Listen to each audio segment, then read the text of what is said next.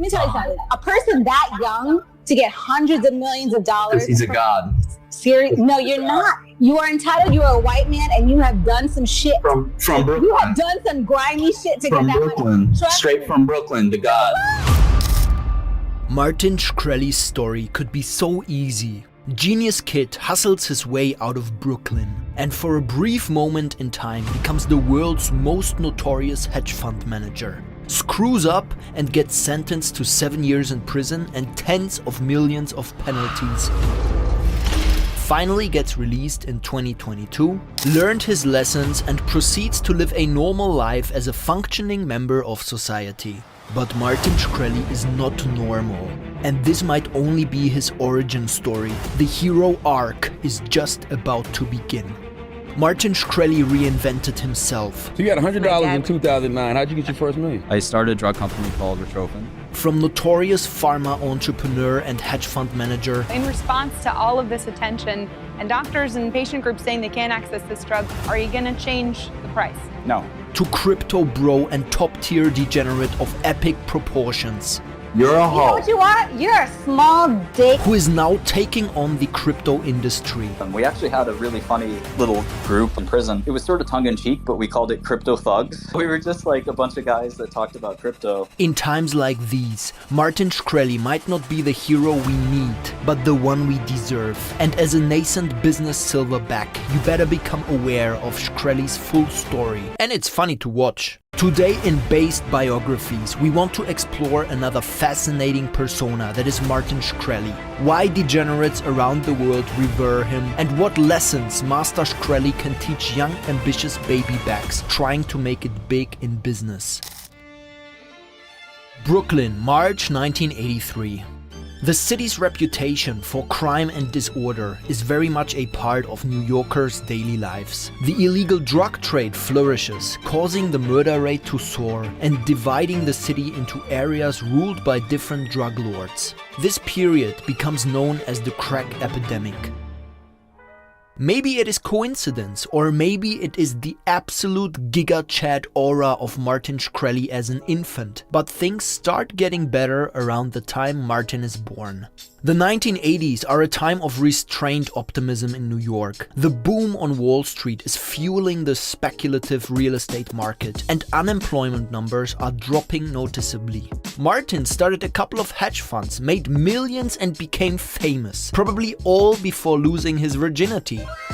For sure, he must have come from a privileged family background. White privilege. But what you are is a wigger, a freaking entitled white man. Martin is born to Albanian and Croatian immigrant parents with little money, both of whom did janitorial odd jobs. One of his family members suffers from treatment-resistant depression. This gets Shkreli interested in chemistry. And when his dad gives him a copy of George Soros' book, The Alchemy of Finance, he becomes intrigued by finance too. I got interested in stocks as a kid, and my friends made fun of me all the time. His idol? It's Pikachu! Bill Gates.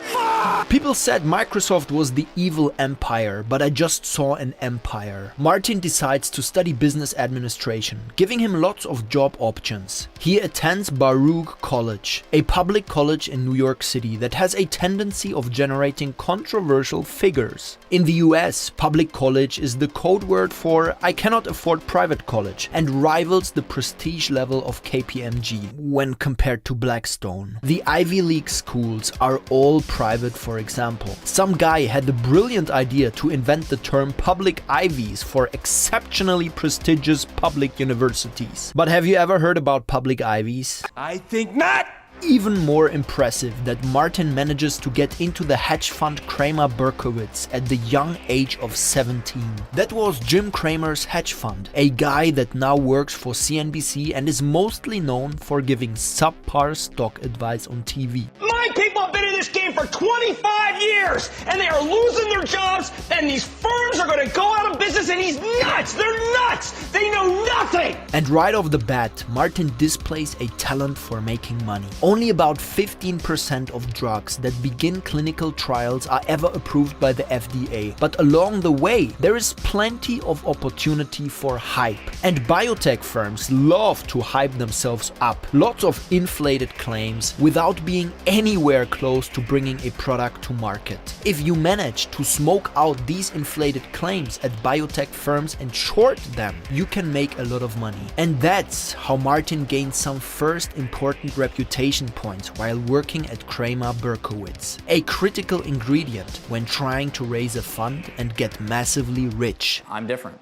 Yeah, I'm a capitalist. I'd love to make an even bigger fortune than I've got now.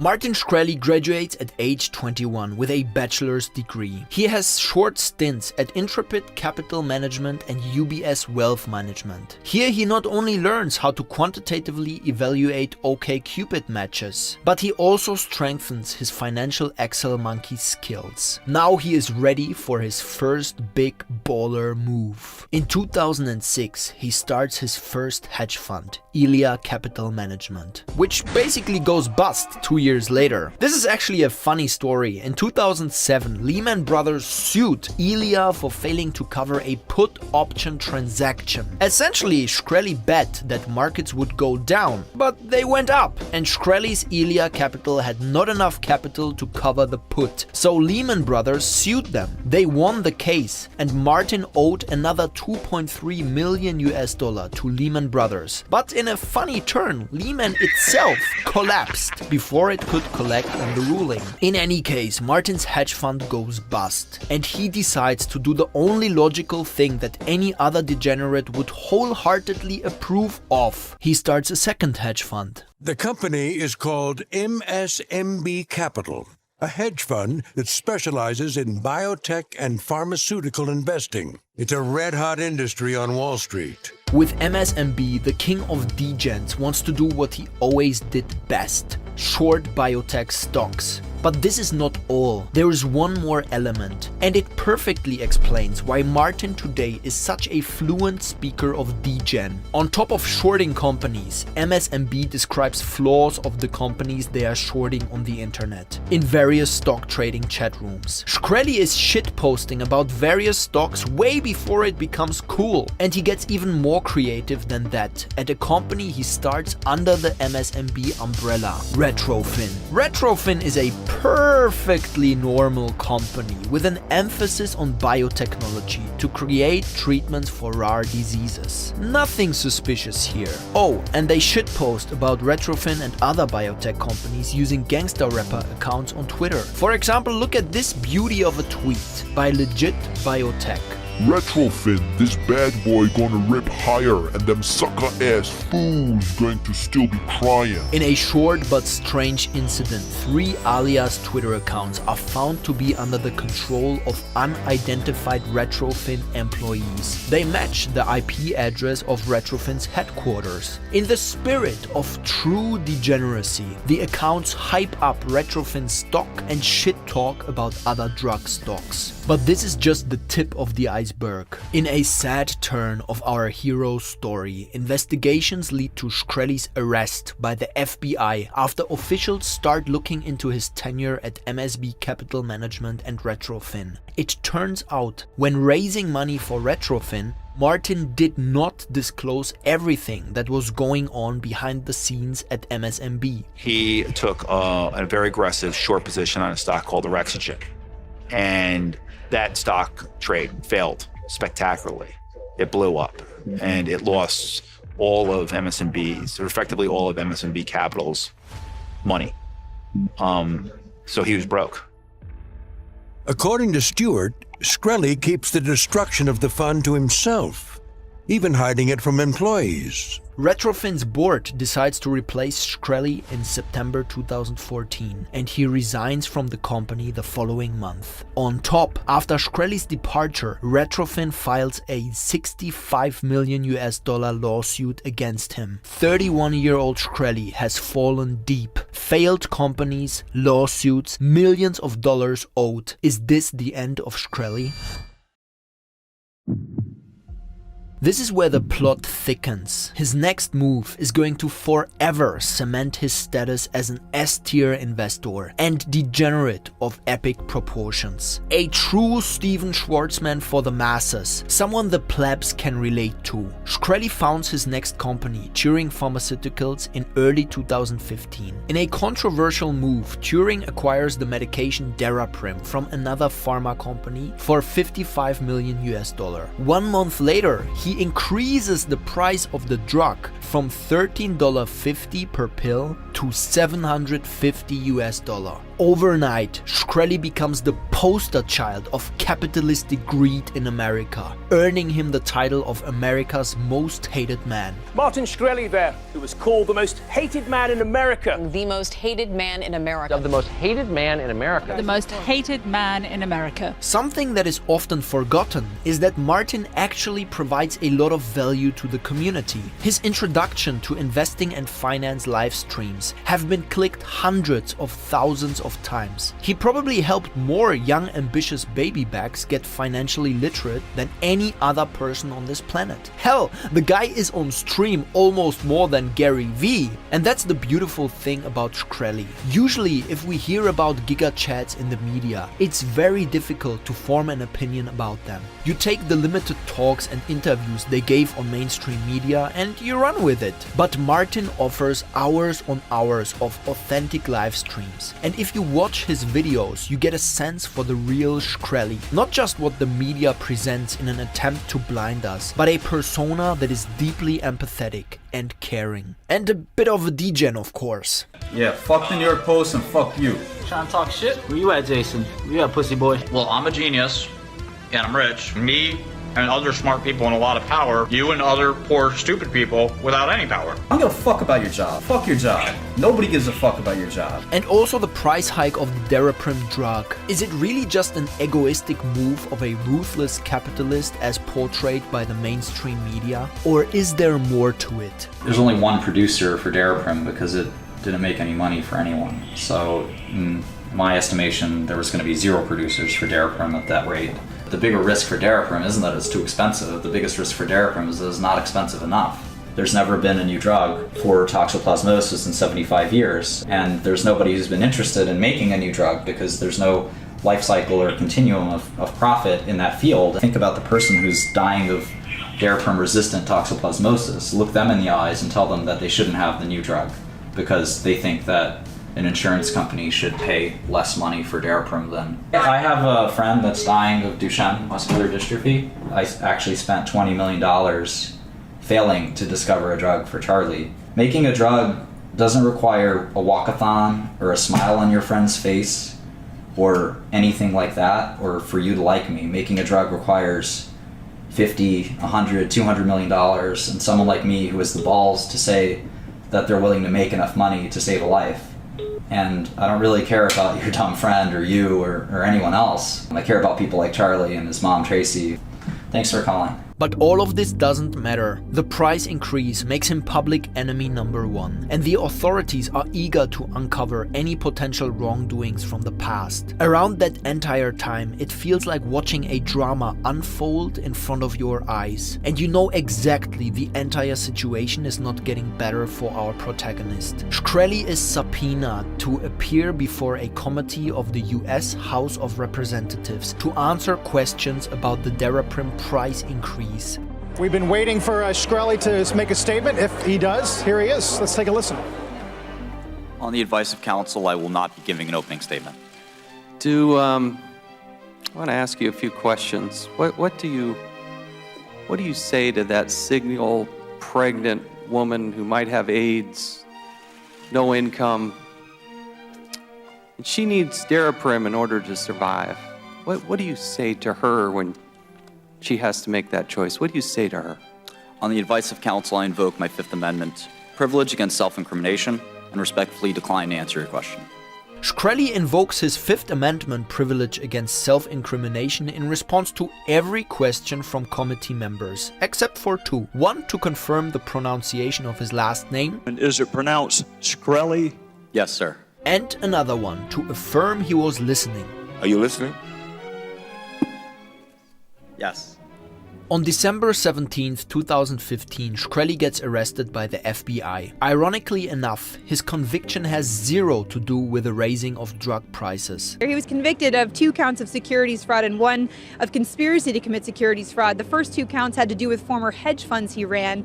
He's been convicted of lying to investors, misleading them in order to raise money. The final count was about illegally controlling or attempting to control the share price of his former biotechnology company, Retrofin.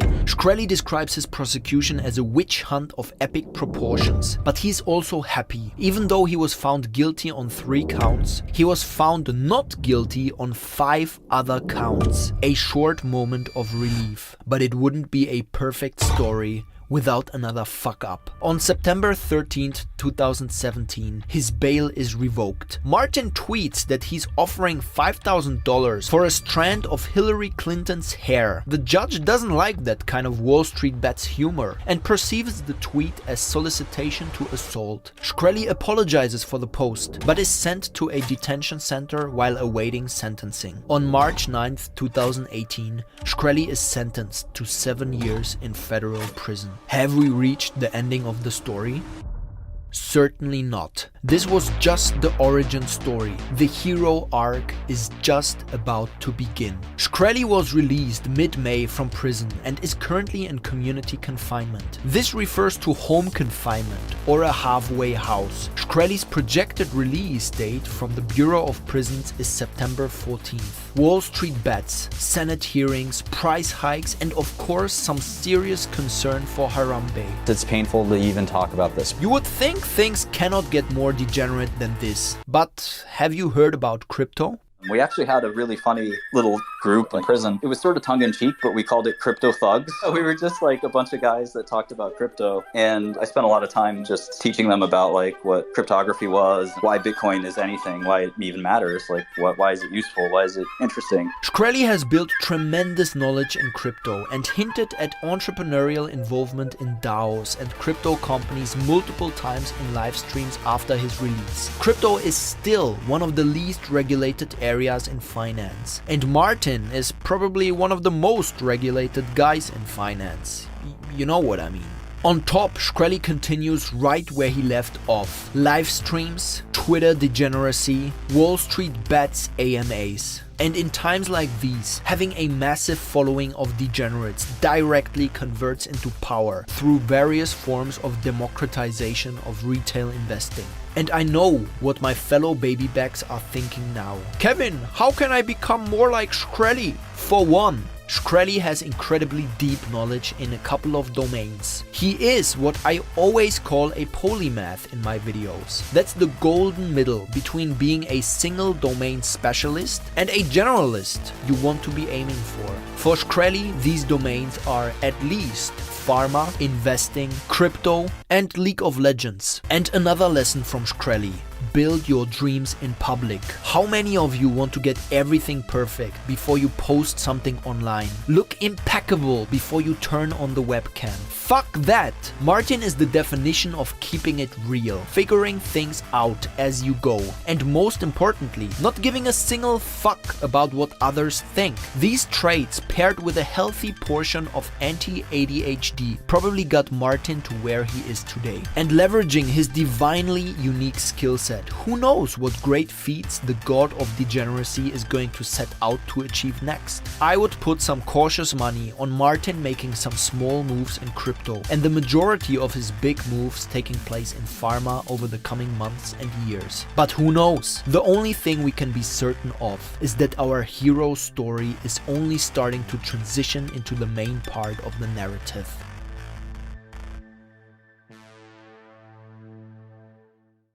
Two or 3 minutes left here. Let's see. Hair okay? Is the hair okay? How we doing? Shirt okay? Bernie okay in the back? 90 seconds. Hey everyone, welcome to the reveal for Drug Like. This is my new Web3 project. Thanks for coming. I have been working on this even while I was in prison, but certainly since the day I was released. And this is a new Web3 drug discovery platform. We just put out this press release. This is a really interesting and exciting project. Again, I've been working on for a long time. I've used computational chemistry software for a long time. This is software used to discover medicine. So this is a protein. The green ribbons are the protein. Inside the protein, you can see a drug. Here's the drug I'm highlighting. So this kind of software is normally very expensive. Our competitor charges $50,000 to use software like this. We've made it free. And not only that, but it's also on the web now. So you can actually go to this website right now and start working on medicine that normally would be really, really expensive. So anyway, that's the project. That's the reveal for today. And I really appreciate your attention and interest. And you'll be hearing a lot about DrugLike hopefully soon. Why use the blockchain for that? Yeah, so basically I think that, I'm glad you asked that question. So if you wanted to do a billion compound screen, you couldn't really do that without a cluster of computers. So you could use AWS, but AWS has their own profit margin. And the problem with AWS, of course, is you have vendor lock-in. You have lots of issues with sort of, their margin, their cost. Also provisioning. I mean, ours is a sort of a one-click solution. So it's very difficult to actually provision AWS. Even if you have the money to do so, you need development expertise that most chemists don't have. So, here you can just point and click. So that's the obvious reason. So yeah, the miners of the coin will earn the coin, and the people that want a job being done will pay the coin in essence. And you could pay Ethereum or Bitcoin, or you could use our native token, MSI. Yeah, anybody around the world can decide to start up a project. So you can imagine like a breast cancer charity starting up a project for a breast cancer protein, and the whole world donating compute time to calculate which small molecule could potentially fit best inside the protein. So you could do a volunteer compute basis, or, and here's the GDP pocket of KRAS. I actually think GDP binders could be effective for KRAS, but that's a whole other story. There have been a number of companies that have made GDP analogs. A lot of people don't like that approach and want to make a dimer interface inhibitor, which I've also looked at. But this is kind of one of the holy grails of big pharma. And why not? Why can't it be you, the viewer watching right now? Why can't it be you that actually makes the first drug ever that functionally inhibits this enzyme? Maybe it's your computer that does that. Maybe you get the patent, and maybe you get to develop that drug and license it to Pfizer for $1 billion. That's the hope.